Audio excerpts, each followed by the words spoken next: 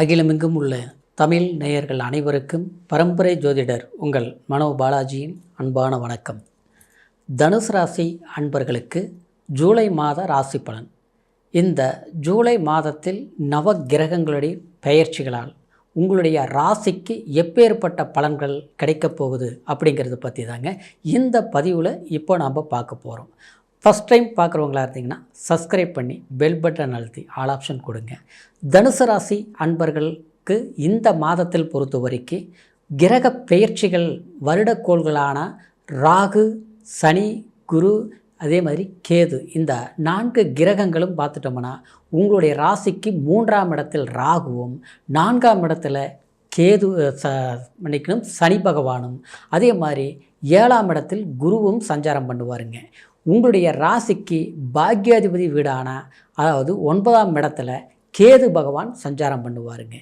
மாதக்கோள்களான சுக்கிரன் உங்களுடைய ராசிக்கு லாபாதிபதி 6ஆம் இடத்தில் 6ஆம் அதிபதியும் சுக்கிரனாக வர்றதுனால 6ஆம் இடத்தில் சஞ்சாரம் பண்ணுவாருங்க.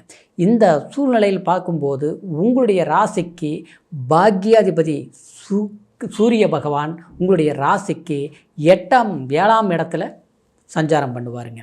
அப்போது 7ஆம் இடத்துக்கு அதிபதி புதன் பகவான் 8ஆம் இடத்தில் சஞ்சாரம் பண்ணக்கூடிய இந்த காலகட்டத்தில், இந்த ஜூலை மாதத்தில் பொறுத்த வரைக்கும் உங்களுடைய ராசிநாதன் 7ஆம் இடத்தில் இருந்து உங்களுடைய ராசியை பார்க்குறது ஒரு சிறப்பு வாய்ந்த அற்புதமான ஒரு காலம்.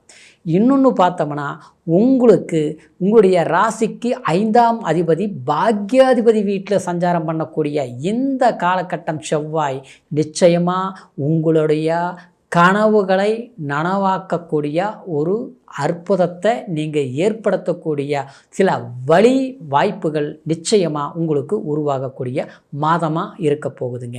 3ஆம் இடத்துல ராகு சிறப்புங்க. ஏன்னா 3ஆம் இடத்துல பொறுத்த வரைக்கும் ராகுவோ அல்லது இந்த 3ஆம் இடம் ஆகிய ஸ்தானப்பலத்தில் முயற்சி ஸ்தானம்னு சொல்லக்கூடிய இடத்துல ராகுக்கு சிறப்பு வாய்ந்த ஒரு இடமாக தான் இருக்குங்க. ஏன்னா அது மட்டும் இல்லாமல் அந்த 3ஆம் இடத்தை குருவும் பார்க்குதுங்க. அப்போது உங்களுக்கு எதிர்பார்த்த சில கனவுகளை அது சக்ஸஸ் பண்ணக்கூடிய ஒரு மாதமாக உங்களுக்கு அமையப்போகுதுங்க. இன்னும் சொல்ல போனோம்னா உங்களுடைய ராசிக்கு பாக்யாதிபதி 7ஆம் இடத்தில் இருந்து அந்த குருவோடு இணைந்து உங்களுடைய ஜென்மத்தை பார்க்குறதுனால அரசாங்கத்தினால நன்மைகள், அரசாங்க சார்ந்த விஷயங்கள் உங்களுக்கு ஒரு முயற்சி பண்ணும்போது அதுக்கு உண்டான ஒரு சுகமான ஒரு பலன்களை உங்களுக்கு கிடைக்கக்கூடிய ஒரு சந்தர்ப்பங்கள் நிச்சயமாக உருவாக போகுதுங்க.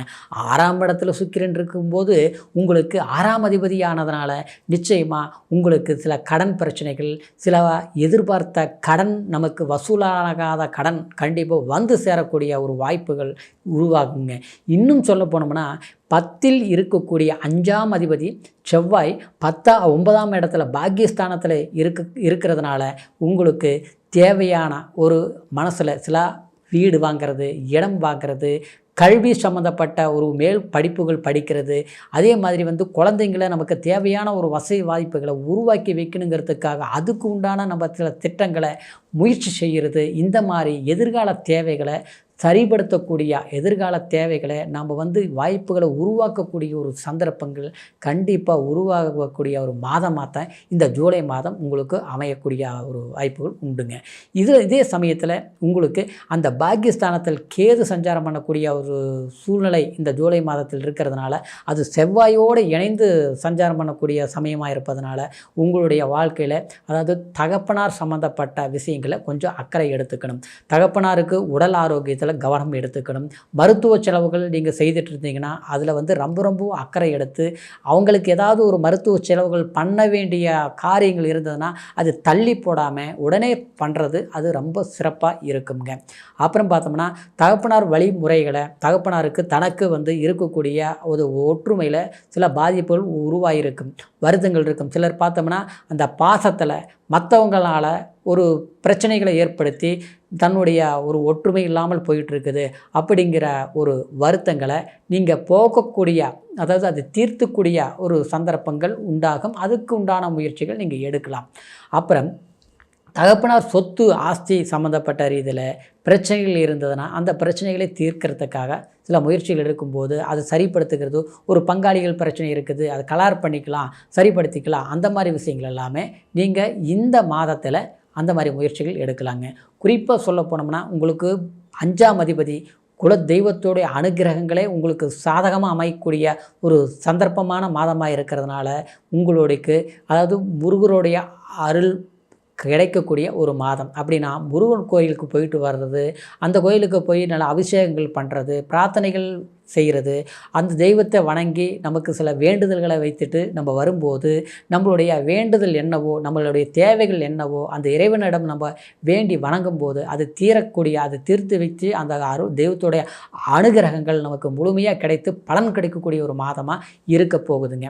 அடுத்தது பார்த்துட்டோம்னா உங்களுடைய ஸ்தானத்தில் திருமணமாகாமல் இருக்கக்கூடியவங்களுக்கு குருபலன் இருக்கக்கூடிய ஒரு மாதமாக இருப்பதனால அதுக்கு உண்டான முயற்சிகள் எடுக்கலாம். சிலர் பார்த்தோம்னா திருமணத்துக்கு உண்டான முயற்சிகள் எடுத்தும் காலதாமதம் ஆகிட்டு இருக்குது, சரியாக அமையலை அப்படின்ட்டு வருத்தப்பட்டு இருப்பீங்க.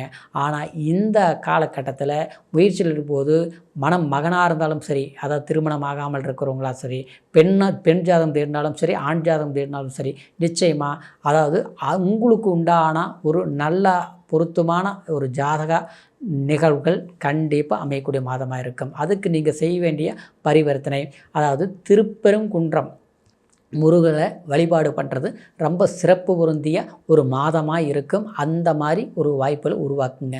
அடுத்தது பார்த்தோம்னா தாயார் உடல் ஆரோக்கியத்தில் கொஞ்சம் கவனம் எடுத்துக்கணும். அதே மாதிரி தாயார் சம்மந்தப்பட்ட ரீதியில் உறவு முறையிலையும் கொஞ்சம் கவனமாக இருக்கணும்.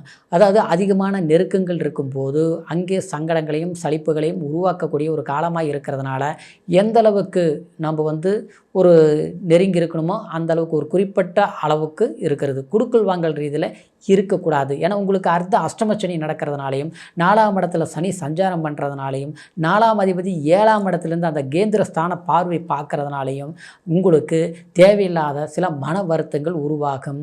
குடுக்கல் வாங்கல் ஃபைனான்ஸ் வாங்குறதுலையும் அடுத்தவங்ககிட்ட அதிகமான கடன் ஒரு நெருக்கடிக்காக அடுத்தவங்ககிட்ட ஒரு அதிகமான கடன் வட்டிக்கு பணம் வாங்குறது, அப்புறம் அடுத்தவங்களுக்கு உதவி செய்கிறோங்கிற பேரில் நாம் ஒரு கடன் வாங்கி இன்னொருத்தருக்கு உதவி செய்கிறது, இந்த மாதிரி விஷயங்கள் நீங்கள் செய்யாமல் இருக்கிறது சிறப்பு.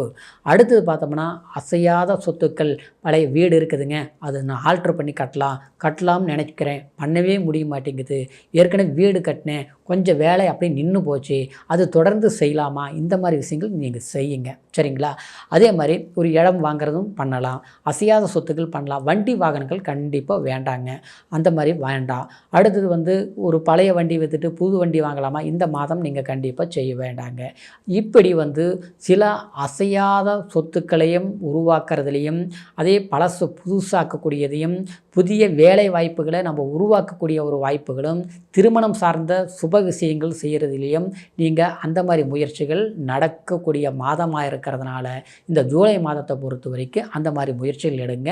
உங்களுக்கு பலம் பொருந்திய மாதமாக சிறப்பு வாய்ந்த மாதமாக அமையப்போகுதுங்க. இப்போ சொன்ன பலன் கோச்சாரங்கிறது உங்கள் ராசியை மையமாக வைத்து சொல்லக்கூடிய அதாவது பலன்கள் இருந்தாலும் பிறப்பு ஜனன ஜாதகம் தான் ஒருத்தருடைய பலமான பலன்களை முழுமையாக நம்ம அறிஞ்சிக்க முடியும். அதனால் உங்களுடைய பிறப்பு ஜனன ஜாதகத்தை நம்மக்கிட்ட பார்க்கணும்னு நினச்சிங்கன்னா கீழே இருக்கிற நம்பருக்கு ஃபோன் பண்ணி உங்களுடைய பிறந்த தேதி, பிறந்த நேரம், பிறந்த ஊர் மூணையும் தெரியப்படுத்தி முழுமையான பலன்களை தெரிஞ்சுக்கிட்டு இனி வரக்கூடிய காலத்துக்கு எது தேவைங்கிறத நிர்ணயம் செய்து முயற்சிகள் எடுங்க.